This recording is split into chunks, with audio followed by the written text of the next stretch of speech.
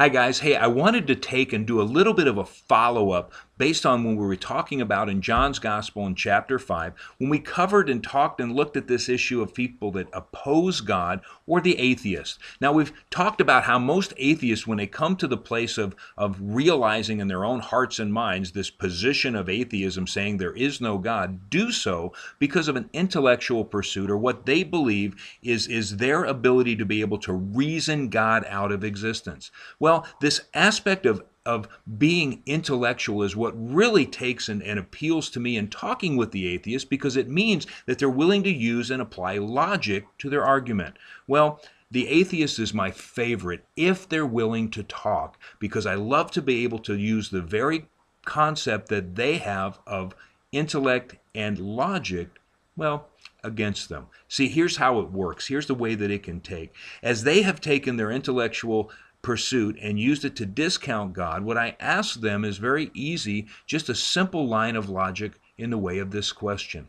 If you have the ability to rate your knowledge of all knowledge in the universe, everything you know about all knowledge, on a scale of 1 to 100, how much is that? How much knowledge do you possess of everything that there is in the entire universe?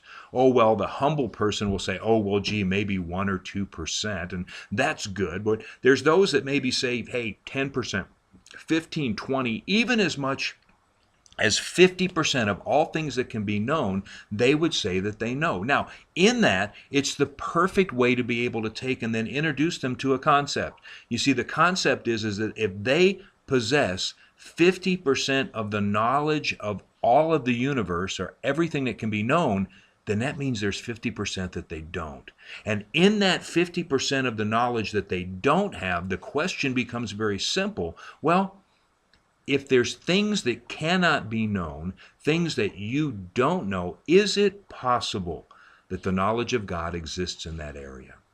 Wow, what a concept. The intellectual thinker will stop and pause at that, because the reality is that the only logical answer to that question is that if I don't possess all of the knowledge in the universe, then I can't possibly make a definitive statement that there is no God, because God can and possibly exists in that knowledge that I don't possess.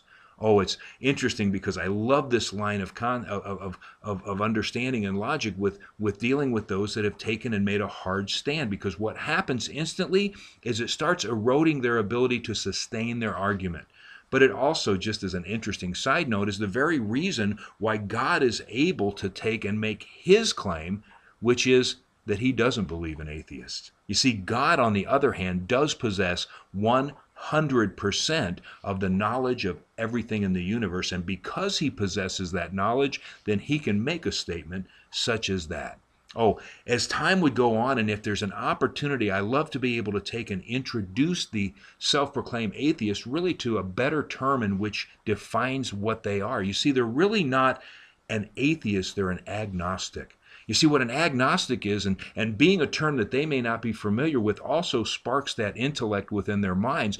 The agnostic is one that says, based on the knowledge that I have, I do not find the evidence to support the existence of God. Well, once again, you've got them right in the place where you want them to be, because now it's all based on the knowledge that they possess. And so you can ask them questions along the line of, well, were the things that you didn't know when you were a child that you know now? Are there things that you know now even as adult that you've had to learn over the last few years that were a foreign concept to you before you were introduced to them?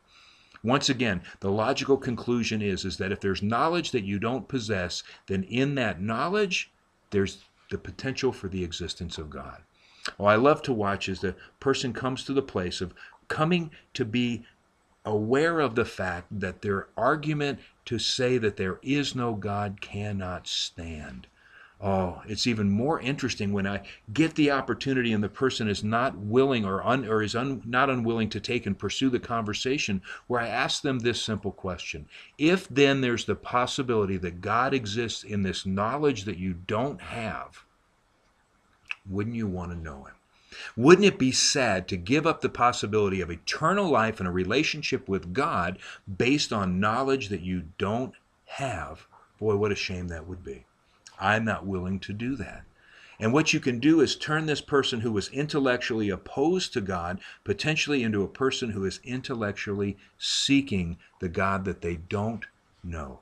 What a wonderful thought that is. Guys, have a great week. And remember, if you come across that person that's just opposed to God, maybe it's because they just don't know. Maybe they haven't arrived at that knowledge yet. And our part would be to bring them into that knowledge in such a way that maybe, just maybe, they'll come to know the one true and living God. What a great thing that would be. Have an awesome week. I look forward to seeing you out at Calvary Chapel, Dayton Valley. Come out and join in on what God is doing and see what he has for you. Have a great week.